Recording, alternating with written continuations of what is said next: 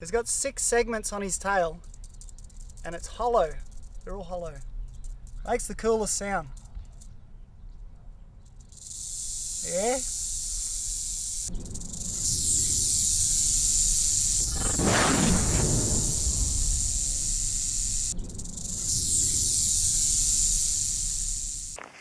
G'day, I'm Corey Wild. Here we are, Hollywood, California.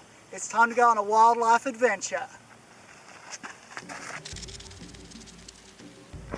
These Hollywood hills, believe it or not, there are actually cougars live up here, bobcats, rattlesnakes, coyotes, raccoons, and a bunch of other different wildlife. Pretty interesting stuff considering we're in the middle of the city.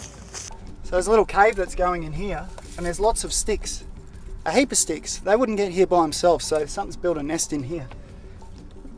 And it looks like a rodent. So where you have rodents going in and out of a place like this, this is where you could find a rattlesnake. And that's what we're looking for. But you want to be careful poking your hands around in some place.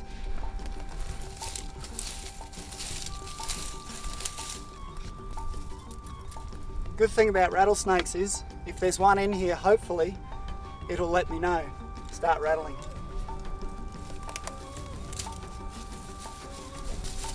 This is also a prime place where a rattlesnake would go during the day when it gets too hot. Now they come out in the morning and heat up, and then when they get too hot, they'll move into cooler places like this to regulate their temperature, as they're basically solar powered. But if a snake actually stays out in the sun too long, it can overheat and die, and a lot of people don't actually realise that. So having snakes in direct sunlight for long periods of time, or if it gets too hot, they can actually die. Look at that, that's a cool snake stick. Big part of me would love to find a big fat rattlesnake, and another part of me would be happy to find nothing at all. That part's probably common sense.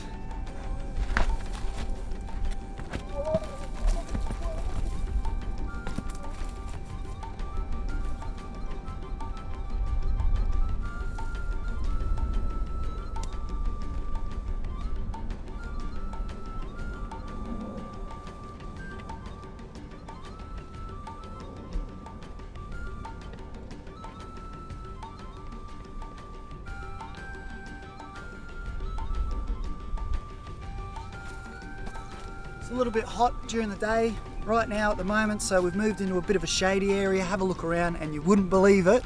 Right there is something really cool. Oh. Look at that, hiding in the leaves there.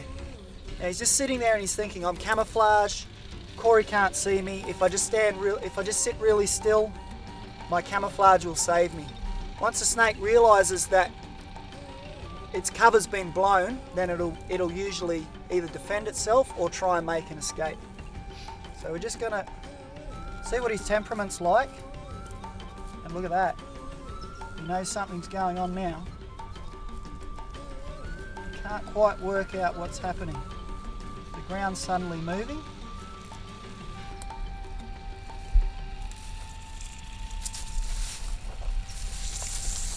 All right, now he's rattling. Now he knows something's going on. You don't bring your snake hook, find a snake.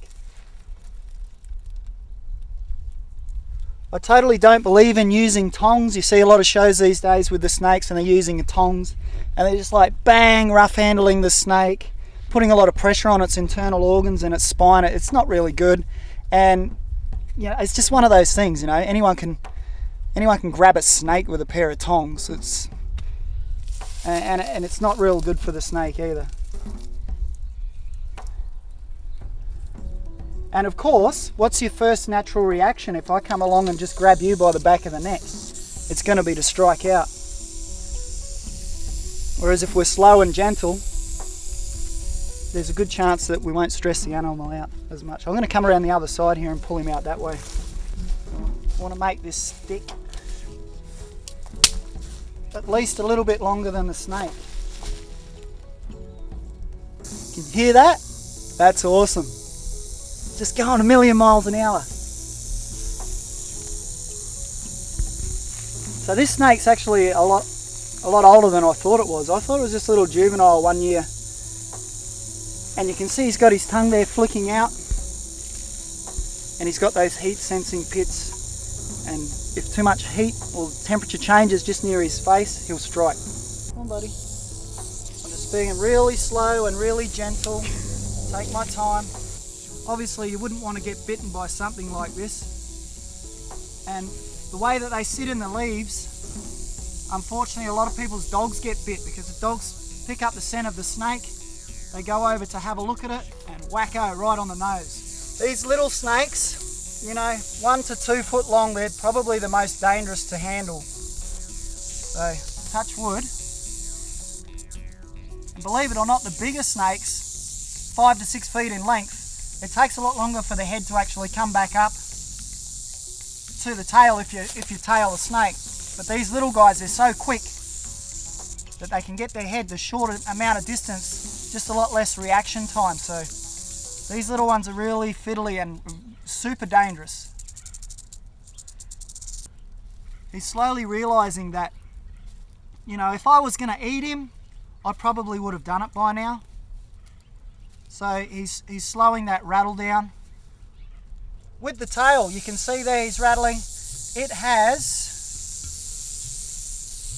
it's kind of hard to see, 1, 2, 3. It actually has 5 or 6 sections, and that tells me that this snake is over a couple of years old, and each time that they shed, they can add an extra segment to that tail. Now, depending on how much they eat, how fast they grow and where they live will determine on how often they shed their skin, because when he grows faster, then he'll need to shed his skin.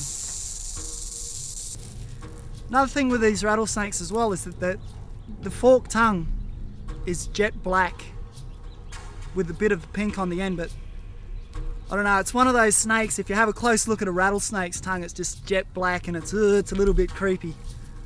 But that helps him pick up the scent particles, and if he's on the trail of something, the left side of the fork picks up a stronger scent, the snake will actually turn left. And if it's on the right side, he'll actually go to the right. What he's actually done is he's found himself a nice little spot in the leaves. And another thing they'll do is, if there's a track where rodents come past regularly, the snakes will pick up that scent, they'll park there and just wait. And usually at night time the rodents will come out, and then he'll just wait, wacko, follow it around, and the venom actually starts the digestion period for him as soon as the snake bites the mouse. Or gopher, they also love to eat squirrels. Obviously it would have to be a bigger rattler. He's a little beauty, isn't he? Have a look at him.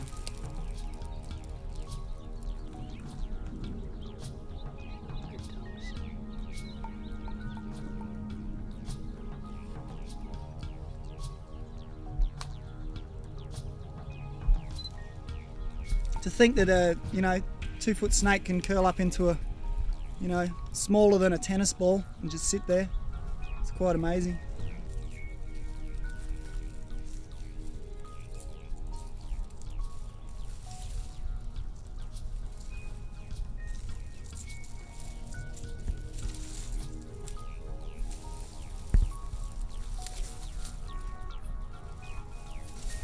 Don't look at me, look at the cameraman. There we go. Oh, it's rattling in my hand. How cool's that? Wow, look at that. So he's got 6 segments on his tail, and it's hollow. They're all hollow. Makes the coolest sound. Yeah? See that? He cued. He was on cue. He's a performer, true performer. So that's a decent sort of sound, isn't it? You'd hear that from a good distance away. So when you're walking through the bush, if you're making a lot of vibration on the ground, the snake can pick that up. And of course, the snake just doesn't want to get trodden on. So that's why it's evolved to having this warning system. Because that'd be like you or I being trodden on by an elephant as a size ratio. So he just doesn't want to get trodden on. So if you do get a snake in your yard, call the council, call the Parks and Wildlife, call somebody to come and have it removed. It's not fair on the snake, Obviously you don't want to put yourself in danger or get bitten by it, but you can call somebody to come and remove it. Don't have to kill everything. there's enough creatures going extinct without us intentionally killing them all the time. Just our presence being here puts enough pressure on a lot of species. So these rattlesnakes are nocturnal hunters, and he's got vertical pupils and he sees very well in the night compared to us.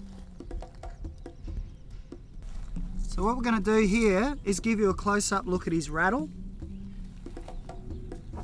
Now if I just get him in the right position, this is a little tricky. Tricky and very fiddly.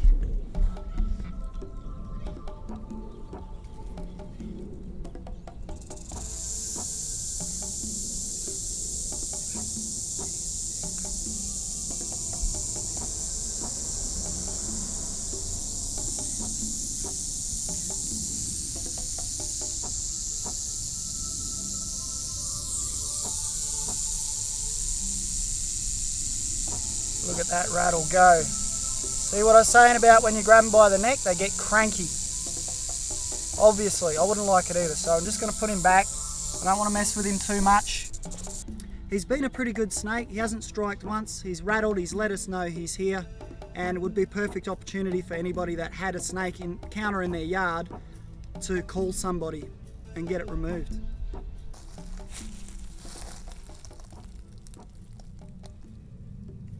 Awesome stuff. There he goes on his way back into the bush.